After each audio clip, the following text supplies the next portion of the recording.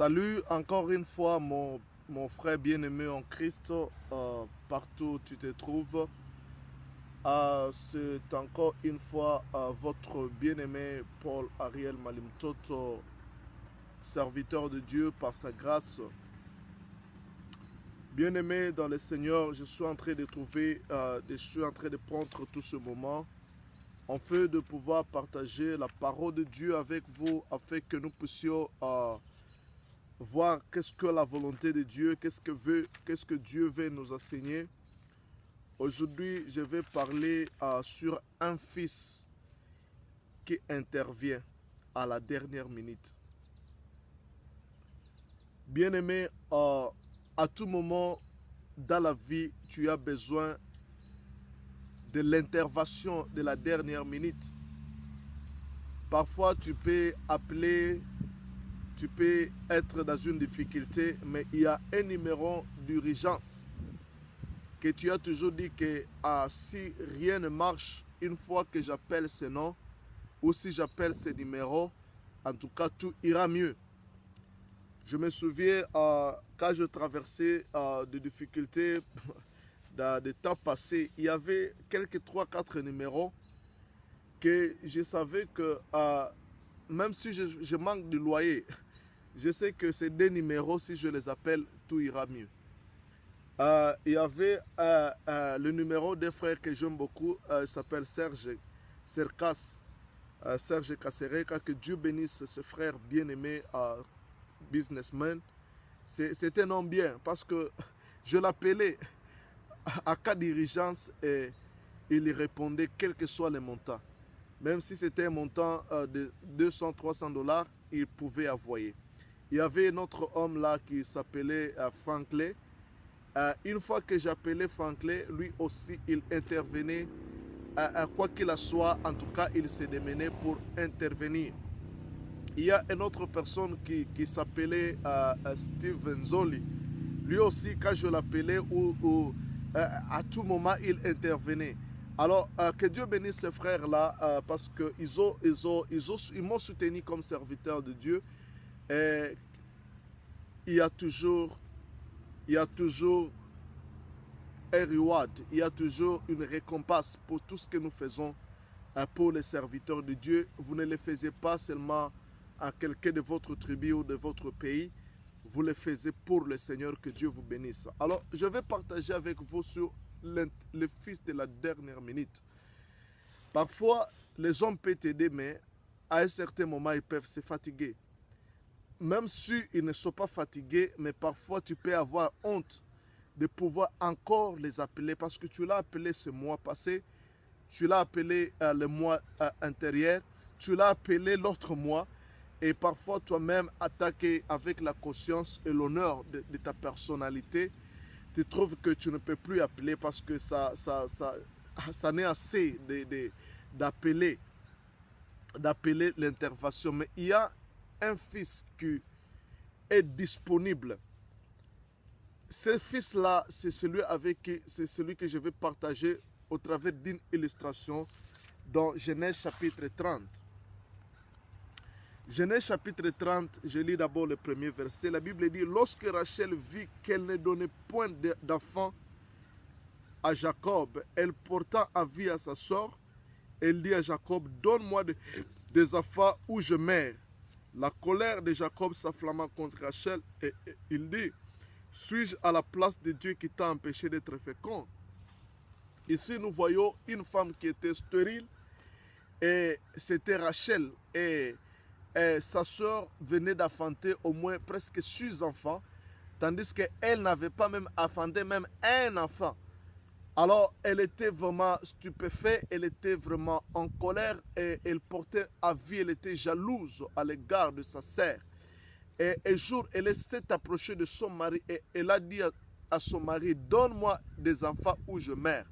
Et la Bible dit qu'Isaac s'enflamma contre elle parce qu'elle dit, suis-je à la place de Dieu qui a fermé tes entrailles pour que tu ne puisses pas donner des enfants? Est-ce que c'est moi qui peux le faire? Alors, par cette réponse, réaction de Jacob, son mari, elle voulait tout simplement la dire que ce n'est pas moi qui peut ouvrir tes entrailles, ce n'est pas moi qui peux te donner des enfants. Il y a celui qui est dans les cieux, c'est Dieu lui-même qui est capable de faire cela pour toi. C'est Dieu seul qui peut ouvrir tes entrailles, c'est Dieu seul qui peut te venir en aide. Alors cette femme a commencé elle ne s'était pas tournée, parce que parfois quand nous sommes à problème, nous nous tournons vers les hommes pour que les hommes puissent intervenir. Mais bien aimé dans le Seigneur, la réponse de Jacob a dit que suis-je à la place de Dieu? C'est-à-dire, au travers de cette réponse, Jacob voulait faire savoir à sa femme que c'est Dieu seul qui est capable d'intervenir dans cette situation. Et la Bible dit ceci dans Genèse chapitre 30, verset 22. Genèse chapitre 30, verset 22. La Bible dit que Dieu se souvint de Rachel. Quand Rachel s'était tournée vers Dieu, quand Rachel a levé ses regards sur l'homme, elle s'est tournée vers Dieu. La Bible dit que Dieu se souvint de Rachel. Il l'exauçant et la rendit féconde. Alléluia. Quand tu tournes tes regards vers Dieu, la Bible dit que lorsque l'on tourne les regards vers Dieu, l'on est rayonnant de joie. Bien-aimé, quand tu tournes ton regard vers les hommes, tu seras couronné et tu ne rayonneras pas. Tu seras frustré, tu seras inquiété, tu seras troublé, tu seras déçu, parce que les hommes sont décevants. En fait, à fait de compte, l'homme reste l'homme. Il est incapable, il a des suffisances. Mais quand cette femme a tourné ses regards vers Dieu, la Bible dit que Dieu s'est souvenu d'elle et Dieu l'avait rendue féconde. Alléluia. La Bible dit que Dieu se souvint de Rachel. Dieu se souvint de Rachel. Il l'exauça. Alléluia. Il l'a rendue féconde. Bien-aimé, tourne tes regards vers Dieu. Mets ta foi en Dieu. Et regarde, compte sur lui. Trust in God. Crois à lui, bien-aimé. Et il exaucera ta prière. Il se souviendra de toi. Et il te donnera ce que ton cœur désire. La Bible dit, elle devait enceinte, verset 23, et enfanta un fils, et il dit, Dieu a enlevé mon opprobre aujourd'hui. Alléluia. Et elle devait, la Bible dit, elle devait enceinte et enfanta un fils, et il dit, Dieu a enlevé mon opprobre aujourd'hui. Et elle donna le nom et elle lui donna, la femme qui était née de lui, il lui donna le nom de Joseph en disant que l'Éternel m'ajoute un autre. Alléluia. Bien-aimé dans le Seigneur, cette femme avait enfanté. La Bible dit que Dieu, elle a eu la grossesse, elle était enceinte, elle devait enceinte quand Dieu s'est souvenu d'elle, elle enfanta un fils et elle dit, Dieu a enlevé mon opprobre. Alléluia.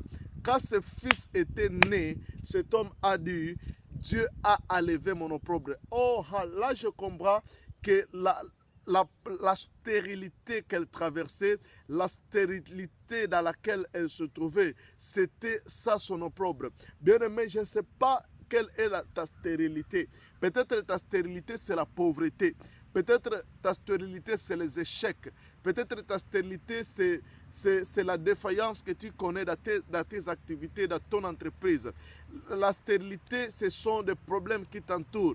La stérilité, c'est ces foyers dans lesquels il y a des troubles et des problèmes. Ta stérilité, c'est ce maladie que tu traverses. Peut-être tu es malade quand tu m'écoutes ici, que Dieu te guérisse.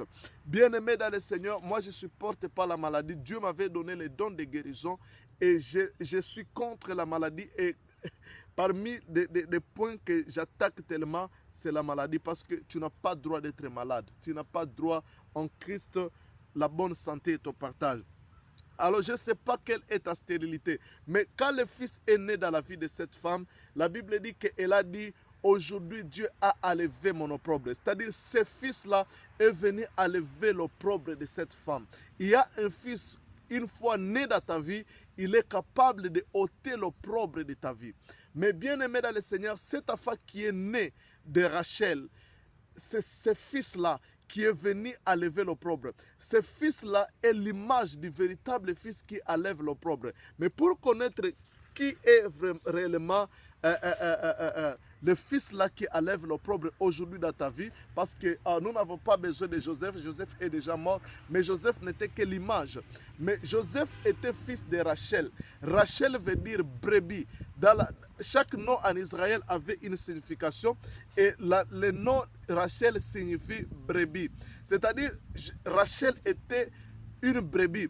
Et Joseph qui était né de Rachel, nous savons bien qu'en français, le fils de brebis, on l'appelle l'agneau. C'est-à-dire Joseph qui était né de Joseph et qui était né de Rachel plutôt. Joseph qui était né de Rachel, ce fils-là qui était venu enlever l'opprobre de Rachel, ce fils-là était né par Rachel. Ce fils-là, Rachel, c'était brebis, c'est-à-dire ce fils qui était né de lui, ou cet enfant qui était né de lui, c'était un agneau. Alors Joseph, qui était né de Rachel, était un agneau, parce que Rachel veut dire brebis. Alors, cet enfant qui enlève l'opprobre, c'est un agneau. Alléluia. Alors, ce fils-là qui enlève l'opprobre, c'est l'agneau. Alors, Joseph qui est venu enlever l'opprobre de sa mère n'était que l'image du véritable agneau qui viendra.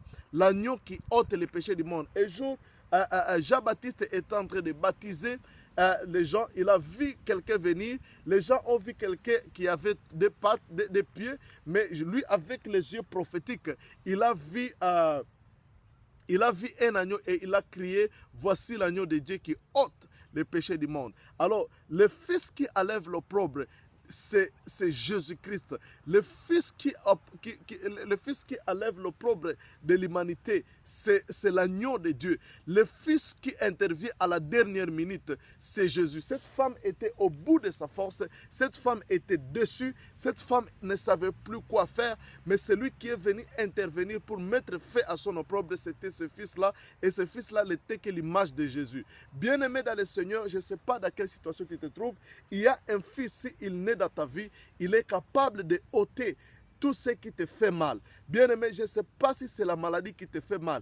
Jésus-Christ, c'est lui le Fils qui intervient à la dernière minute. Peut-être tu es allé chez le médecin, ça n'a pas tenu. Tu es allé voir tous les spécialistes pour qu'ils puissent traiter ces problèmes. Mais ça ne tient pas. Il y a un Fils qui intervient à la dernière minute. Son nom s'appelle Jésus. Son nom s'appelle Yeshua Hamashia. S'il vient dans ta vie, il est capable de mettre fin à ce cycle de problèmes. Souviens-toi de cette femme-là qui souffrait de l'écoulement de sang pendant 12 ans. Elle avait déjà tout perdu auprès des médecins et elle était épuisée de tout son argent. Il avait tout gaspillé. S'il avait des parcelles, il avait déjà tout vendu. S'il avait des maisons, il avait déjà tout vendu. S'il avait un compte à banque, tout était déjà dépouillé à cause de sa maladie. Mais à la simple toucher seulement du vêtement de Jésus, il a été guéri. Et c'est Jésus-là qui l'avait guéri. C'est Jésus-là est le même hier, aujourd'hui et éternellement. À la même heure et à la même seconde que je suis en train de te parler, c'est Jésus est là avec toi. Il peut te toucher et il peut te guérir. Et si tu évoques son nom, la Bible dit que quiconque évoquera le nom du Seigneur sera sauvé. Si tu évoques le Seigneur Jésus-Christ dans cette situation, dans cette maladie, Jésus-Christ te guérira. Évoque seulement ce nom avec foi. La Bible dit qu'à mon nom, vous guérirez les malades, vous imposerez les mains aux malades et les malades seront guéris. À mon nom, il faut appeler le nom de Jésus. Il faut confesser le nom de Jésus-Christ face à la situation. Je ne sais pas ce que tu traverses. Peut-être c'est une difficulté financière. Bien-aimé dans le Seigneur, le nom de Jésus-Christ est capable de traiter même les problèmes financiers. Il suffit que tu évoques le nom de Jésus et le nom de Jésus-Christ va libérer la grâce financière sur toi. Il va libérer l'onction financière sur toi et Dieu va va mettre fin à ce cycle de problèmes financiers. Si c'était un problème marital, Jésus-Christ est capable de tout fixer. Bien-aimé, Jésus-Christ est ce fils-là qui intervient à la dernière minute. Joseph de l'Ancien Testament qui avait mis fait à l'opprobre de sa mère, qui avait mis fait à l'opprobre de Rachel, était l'image du véritable fils qui devait venir, du véritable agneau qui devait venir pour ôter notre opprobre. C'est ça, bien-aimé dans le Seigneur, Jésus-Christ, si tu l'évoques dans ta vie, il est capable de mettre fin à ce que tu es en train de traverser. Quel que soit le problème, quelle que soit la difficulté, Jésus est capable. Que Dieu te bénisse. Ankumama, kolo akumama na bomoi nanga. Ankumama, ankumama, kolo akumama na bomoi nanga. Ankumama, asifiwe, asifiwe, maishani mwangu, asifiwe. Praise the name of Lord, praise the Lord, na bomoi nanga. Alléluia, que Dieu te bénisse. Amen, alléluia. Sois béni, frère.